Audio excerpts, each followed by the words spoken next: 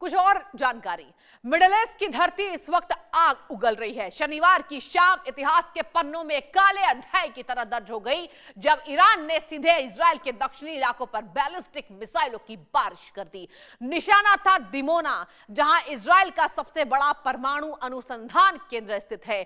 हमला इतना जोरदार था, इतना जबरदस्त था कि इजराइल का अभेद्य माना जाने वाला सुरक्षा कवच भी उसे पूरी तरह रोक नहीं पाया। लेकिन यह जंग सिर्फ इजराइल और ईरान तक सीमित नहीं है दर्शकों। पर्दे के पीछे से खेल रहे अमेरिका को भी ईरान ने वो जख्म दे दिया जिसकी टीस वॉशिंगटन तक पहुंचती दिखाई दे रही है। महज 2 हफ्तों में अमेरिका को $11 बिलियन से ज्यादा की चपट लग चुकी है। आखिर कैसे ये युद्ध दुनिया की सबसे बड़ी महाशक्ति की जेब ढीली कर रहा है और क्यों ईरान के निशाने पर अब अमेरिका रडार है, आइए देखते हैं हमारी खास रिपोर्ट में। ये रिपोर्ट देखिए।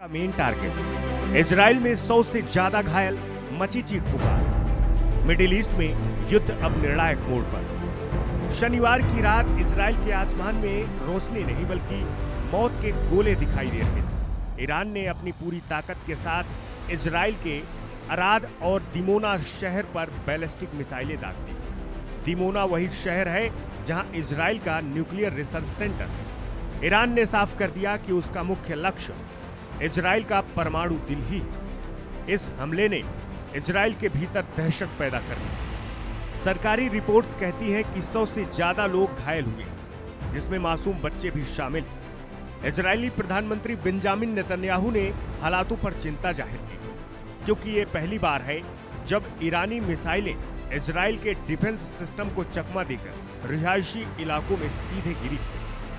महाविनाश के आंकड़े। ईरान में मरने वालों की संख्या 1500 के पार, कुल मृतकों का आंकड़ा 3200 तक पहुंचा। बगदाद एयरपोर्ट और इंटेलिजेंस हेडक्वार्टर पर ड्रोन अटैक। जंग की ये आग सिर्फ इजराइल तक नहीं रुकी।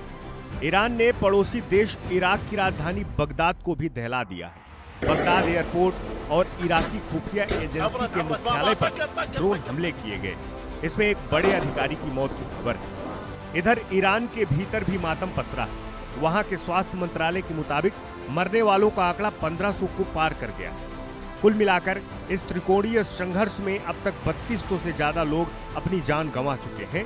अस्पतालों में जगह कम पड़ रही है और रेस्क्यू ऑपरेशन की सायरन गूंज सुनाई दे रही है। अमेरिका को लगा $11 बिलियन का फटका। 2 हफ्ते की जंग, $11 बिलियन का नुकसान। जॉर्डन में तैनात अमेरिकी रडार सिस्टम थाड तबाह। एक रडार की कीमत तकरीबन 4000 करोड़ रुपए। कुवैत, कतर और सऊदी के अमेरिकी अड्डों पर चोट। इस युद्ध में इजराइल का साथ दे रहे अमेरिका को भी वो कीमत चुकानी पड़ रही है जिसकी उम्मीद राष्ट्रपति डोनाल्ड ट्रंप ने शायद ही की थी। CSIS के विश्लेषण ने चौंकाने वाला खुलासा किया। मिडिल ईस्ट में मौजूदा अमेरिकी सैन्य अड्डों पर ईरान के जवाबी हमलों ने सिर्फ 14 दिनों में अमेरिका को करीब $11 बिलियन के नुकसान तक पहुंचा दिया है। सबसे बड़ा झटका जॉर्डन को लगा, जहां ईरान ने अमेरिका की थॉड मिसाइल डिफेंस सिस्टम के रडार को सीधा निशाना बनाया। यह रडार लंबी दूरी की मिसाइलों को पकड़ने वाला अमेरिका की आंख मानो, जिसकी कीमत तकरीबन 4000 करोड़ से ज्यादा थी। रडार और सैटेलाइट पर सर्जिकल स्ट्राइक। ईरान ने अमेरिका की आंख और कान पर किया हमला। रेडोम और सैटेलाइट सिस्टम को बनाया निशाना। बहरीन नौसैनिक अड्डे की सैटेलाइट तस्वीरें सबूत। रूस पर लगा अमेरिका की खुफिया जानकारी ईरान को देने का आरोप। ईरान बहुत ही सोची समझी रणनीति के तहत काम कर रहा है। वह सीधे सैनिकों से लड़ने के बजाय अमेरिका की आधुनिक युद्ध प्रणाली के आंख और कान यानी रडार और सैटेलाइट सिस्टम को अंधा कर रहा है। बहरीन, कुवैत और सऊदी अरब के सैन्य अड्डों की सैटेलाइट तस्वीरें गवाह है कि ईरान ने उन खास गुंबदों को निशाना बनाया है जिसके अंदर संवेदनशील रडार उपकरण होते हैं। चौंकाने वाली बात एक रिपोर्ट में है जिसके मुताबिक रूस ने भी इस खेल में ईरान की मदद की और अमेरिकी सैनिकों की लोकेशन से जुड़ी खुफिया जानकारी तेहरान के साथ साझा की। जंग का बिल और ट्रंप की चुनौती। पहले 12 दिनों में जंग का कुल खर्च $11 अरब। पेंटागन ने कांग्रेस से मांगे $200 अरब।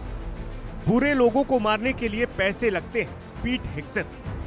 अब तक 13 अमेरिकी सैन्य कर्मियों की मौत। जैसे जैसे जंग लंबी खिंच रही है, वॉशिंगटन में डॉलर की मशीनें कम पड़ रही हैं। अमेरिकी रक्षा मंत्रालय यानी पेंटागन ने इस युद्ध के लिए 200 अरब डॉलर की भारी भरकम अतिरिक्त फंडिंग की मांग कर दी। रक्षा मंत्री पीट हेग्सेथ का कहना है कि बुरे लोगों को मारने के लिए अतिरिक्त पैसे लगते हैं, लेकिन सवाल ये है कि क्या अमेरिकी जनता इस भारी खर्च और अपने 13 सैनिकों की मौत को स्वीकार करेगी? ट्रंप का दावा है कि वो ईरान के परमाणु कार्यक्रम को खत्म कर देंगे, लेकिन हकीकत ये है कि हरमुज स्ट्रेट के बंद होने के खतरे ने पूरी वैश्विक अर्थव्यवस्था को हिलाकर रख दिया है। भारत पर क्या होगा असर? हरमुज स्ट्रेट बंद होने से तेल की कीमतों में उछाल का डर, भारत के ऊर्जा संकट और तेल भंडार पर नजर, पीएम मोदी और ईरानी राष्ट्रपति के बीच बातचीत के संकेत, मिडिल ईस्ट की अस्थिरता से वैश्विक अर्थव्यवस्था को झटका। इतिहास गवाह है कि मिडिल ईस्ट से उठने वाली चिंगारी पूरी दुनिया को झुलसा देती है। ईरान और इजराइल के बीच का यह बैलिस्टिक युद्ध अब एक ऐसे मोड़ पर है जहां से वापसी का रास्ता केवल तबाही की ओर जाता है। एक तरफ इजराइल के परमाणु ठिकाने रडार पर, तो दूसरी तरफ अमेरिका के अरबों डॉलर पानी की तरह बह रहे हैं। क्या ट्रंप अपनी डेडलाइन का असर दिखा पाएंगे या ईरान का ये पलटवार अमेरिका को इस क्षेत्र में पीछे हटने को मजबूर कर देगा? फिलहाल आसमान से बरसती मिसाइलें और जमीन पर उठते धुएं के गुबार यही कह रहे हैं कि यह तो बस शुरुआत है। नारायण द्विवेदी की रिपोर्ट, इंडिया न्यूज।